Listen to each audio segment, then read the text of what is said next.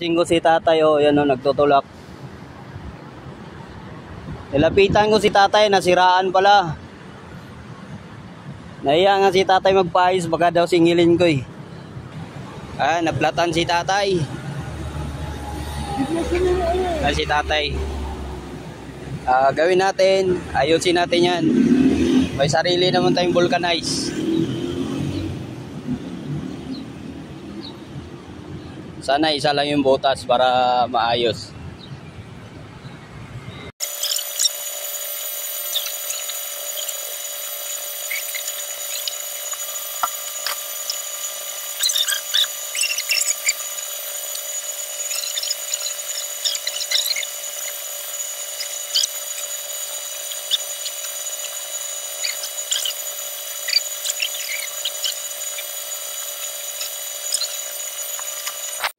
Bike ni tatay na vulcanize natin.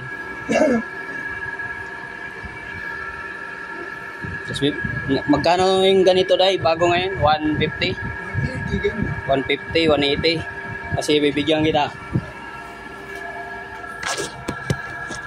Bibigyan ko si tatay pambili ng bagong interior. So tayo, walang muna tayo.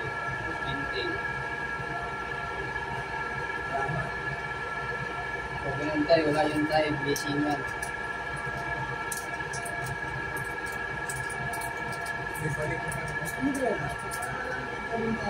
Dito lang ako lagi tayo, pag nag-iikot ka dyan, tapos masiraan ka, punta ka dito sa akin.